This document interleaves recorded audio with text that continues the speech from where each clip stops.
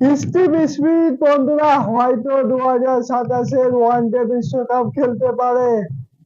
বন্ধুরা, আমরা সবাই জানি যে স্টিভ স্মিথ ওডিআই ক্রিকেট থেকে রিটায়ারমেন্ট নিয়ে নিয়েছে, কিন্তু বন্ধুরা ক্রিকেট অস্ট্রেলিয়া আবার স্টিভ স্মিথকে রিকোয়েস্ট করছে যে তুমি 2027-এর বিশ্বকাপটা খেলো, তোমাকে আমাদের প্রয়োজন।